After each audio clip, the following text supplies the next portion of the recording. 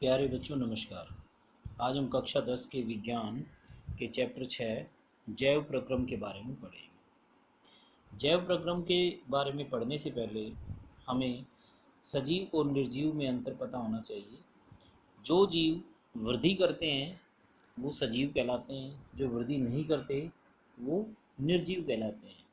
इसी प्रकार जो सांस लेते हैं मनुष्य, पेड़ पौधे, और जो सांस नहीं लेते वो निर्जीव। अपनी जैसी संतान उत्पन्न करने वाले जो जंतु और पौधे होते हैं उनको हम सजीव कहते हैं। और मेज कुर्सी अपनी जैसी संतान पैदा नहीं कर सकती, निर्जीव वस्तुएं अपनी जैसी संतान उत्पन्न नहीं करती। जीवन के लिए आवश्यक अभिक्रियाएं करते हैं सजीव, और निर्जीव में इस प्रकार की कोई भी अभिक्रियाएं नहीं होती। सजीव कोशिकाओं के बने होते हैं और निर्जीव में कोशिकाएं नहीं होती हैं। सजीवों के अंदर चेतना होती है, वो अपने आसपास के इन्वायरमेंट के प्रति, सर्दी गर्मी के प्रति रेस्पॉन्स देते हैं, जबकि निर्जीव ऐसा नहीं करते। तो ये तो हो गया सजीव और निर्जीव में। एक फटाफट हमने देख लिया कि क्या अंतर होता है, जैसा आप सबको पता है, ये छोटी क्लासेस में ये सब था। अब हम बात करते हैं कि जैव प्रक्रम क्या होता है। वे सभी प्रक्रम जो मिलकर अनुरक्षण, जिसको हम इंग्लिश में मेंटेनेंस भी कहते हैं या रख रखाव भी कहते हैं, का कार्य करते हैं, वे जैव प्रक्रम कहलाते हैं। इसका मतलब ये हुआ, सारे प्रक्रम मिलकर जो शरीर के लिए, जो जीवित प्राणी के लिए, सजीव के लिए अनुरक्षण का या रख रखाव का कार्य करते हैं, वो सारे प्रक्रम जैव प्रक्रम कहलाते हैं। इस चैप्टर में हम मुख्य रूप से 4 जैव प्रक्रम के बारे में पढ़ेंगे। पहला है हमारा पोषण तंत्र, दूसरा श्वसन तंत्र, तीसरा वहन तंत्र और चौथा उत्सर्जन तंत्र। तो एक एक करके इनके बारे में पढ़ेंगे। तो सबसे पहले एक बार मोटा मोटा आइडिया ले लेते हैं कि किस प्रकार का हमारा चारों के चारों तंत्र कैसे होते हैं।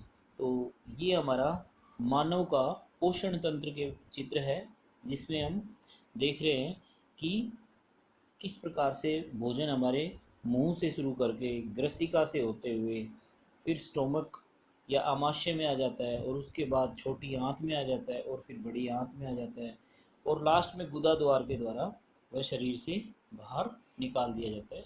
तो ये हमारा हो गया पोषण तंत्र मनुष्य के अंदर। फिर हम देखते हैं श्वसन तंत्र मनुष्य के अंदर।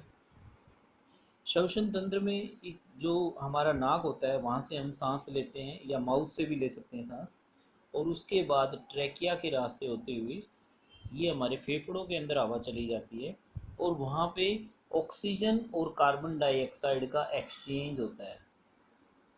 ऑक्सीजन और कार्बन डाइऑक्साइड का एक्सचेंज होता है। यही हमारे श्वसन तंत्र का मुख्य कार्य है कि ऑक्सीजन है वो सांस के द्वारा हम अंदर लेते हैं और खून के अंदर मिला दी जाती है, और खून में से, हमारे रक्त में से कार्बन डाइऑक्साइड को निकालकर हम सांस के द्वारा वापस बाहर छोड़ देते हैं। तो ये हमारा श्वसन तंत्र हो गया।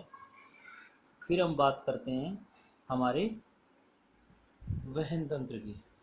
इसमें हम देखते हैं कि हमारा जो हार्ट होता है, हृदय जो होता है, वह 4 चैम्बर का बना हुआ है, और वो सारे शरीर के अंदर धमनी और शिराओं के माध्यम से, यहाँ आपको 2 तरह की नलिकाएं नज़र आ रही होंगी। एक नीले रंग की है जिनको हम शिराएं कहते हैं, शिराएं, जो आगे हम डिटेल से पढ़ेंगे, और जो लाल रंग की नज़र आ रही हैं उनको हम कहते हैं धमनियाँ। धमनियाँ जो ऑक्सीजनेटेड ब्लड को लेके चलती हैं।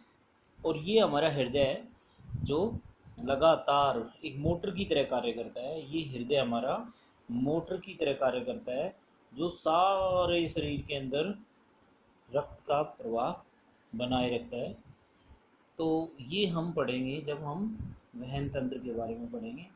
और फिर ये हमारा उत्सर्जन तंत्र, जैसा कि चित्र में नज़र आ रहा है आपको। उत्सर्जन तंत्र में हमारी 2 किडनी होती हैं, जिनको हम वृक्क भी कहते हैं, वृक्क, या इंग्लिश में इसको किडनी, या फिर गुर्दे, गुर्दे भी इनको कहते हैं, जो लगातार ब्लड को साफ करते रहते हैं। इनका काम एक छालनी की तरह होता है।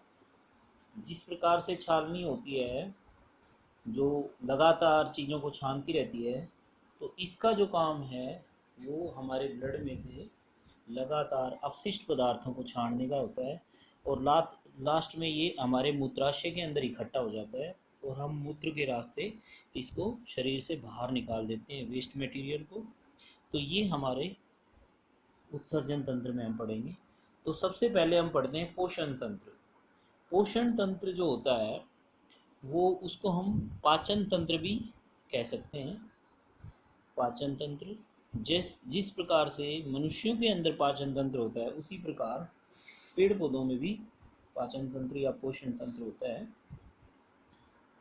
भोजन की आवश्यकता सभी जीवों को पड़ती है, जितने भी सजीव हैं सभी को भोजन की आवश्यकता होती है। और भोजन की आवश्यकता, क्योंकि हमें ऊर्जा की आवश्यकता होती है, इसलिए हम भोजन करते हैं। तो सभी सजीवों को यदि हम दो ग्रुपों में बांटें तो एक आ जाएगा हमारा स्वपोषी और दूसरे आ जाएंगे विषमपोषी। स्वयंपोषी जीव वो होते हैं जो अपना भोजन स्वयं बना लेते हैं, और विषमपोषी जो अपना भोजन स्वयं नहीं बनाते, दूसरे जीवों पे निर्भर होते हैं, जिस प्रकार जंतु होते हैं। और स्वयंपोषी में हमारे पेड़ पौधे आ जाएंगे। तो पेड़ पौधे जब प्रकाश संश्लेषण की क्रिया करते हैं तो उस समय सूर्य के प्रकाश की उपस्थिति में, तो उस क्रिया को प्रकाश संश्लेषण क्रिया कहते हैं। तो अब हम देखते हैं कि प्रकाश संश्लेषण की क्रिया किस प्रकार से होती है। प्रकाश संश्लेषण की क्रिया में पेड़ पौधे कार्बन डाइऑक्साइड गैस का इस्तेमाल करते हैं और जल का। केवल दो ही रॉ मटेरियल है, कच्चा सामान जो है वो दो ही है, कार्बन डाइऑक्साइड गैस और जल। कार्बन डाइऑक्साइड गैस पेड़ पौधों को वायुमंडल से मिल जाती है, और जल है वो जड़ों से खींच लेते हैं। अब इसके अलावा पेड़ पौधों को प्रकाश संश्लेषण के लिए सूर्य का प्रकाश चाहिए, और एक जो उनके अंदर वर्णक होता है क्लोरोफिल, उसकी आवश्यकता होती है। अब इतनी चीज़ों के बाद पेड़ पौधे अपना भोजन बना लेते हैं। जो भोजन बनता है वो ग्लूकोज बनता है, और साथ में एक बहुत ही इम्पोर्टेंट हमारे लिए, पेड़ पौधों के लिए वेस्टेज है लेकिन हमारे लिए बहुत ही इम्पोर्टेंट ऑक्सीजन गैस भी वो साथ में वायुमंडल में छोड़ देते हैं। तो ये क्रिया होती है प्रकाश संश्लेषण की। प्रकाश संश्लेषण की क्रिया में पेड़ पौधे कार्बन डाइऑक्साइड और जल का इस्तेमाल कर कर कार्बन डाइऑक्साइड और जल का इस्तेमाल करके ग्लूकोज और ऑक्सीजन का निर्माण करते हैं। तो इस क्रिया में पेड़ पौधे अपना भोजन तो बना ही लेते हैं, साथ में ऑक्सीजन भी हमारे लिए, जो कि बहुत ही बहुमूल्य है, वो छोड़ देते हैं। तो जैसा कि हमने देखा कि कार्बन डाइऑक्साइड को वायुमंडल से लेते हैं पेड़ पौधे, हमने देखा था वायुमंडल से लेते हैं। तो वायुमंडल से जो लेते हैं तो कहाँ से लेते हैं?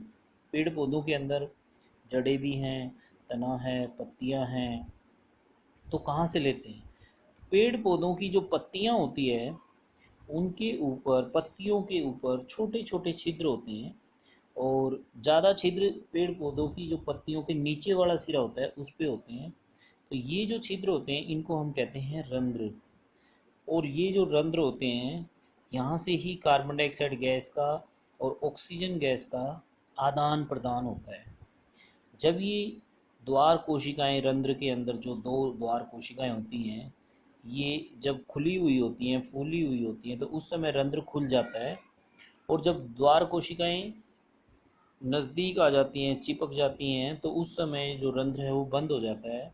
तो इस प्रकार से कार्बन डाइऑक्साइड और ऑक्सीजन का जो आदान प्रदान होता है बंद रंध्र के अंदर बंद हो जाता है, और खुले हुए के अंदर चलता रहता है। तो इस प्रकार से हमने देखा कि छोटे छोटे छिद्र होते हैं जो ऑक्सीजन और कार्बन डाइऑक्साइड गैस का एक्सचेंज करते हैं।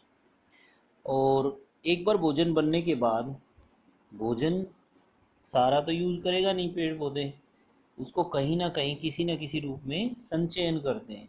भोजन जो बन गया है, जो ग्लूकोज के रूप में बना है, उसका संचयन पेड़ पौधे स्टार्च के रूप में या मंड के रूप में करते हैं। मंड या स्टार्च के रूप में पेड़ पौधे उस भोजन का संचयन करते हैं। Thank you. आज के लिए इतना ही, आगे हम अगले लेक्चर में पढ़ेंगे।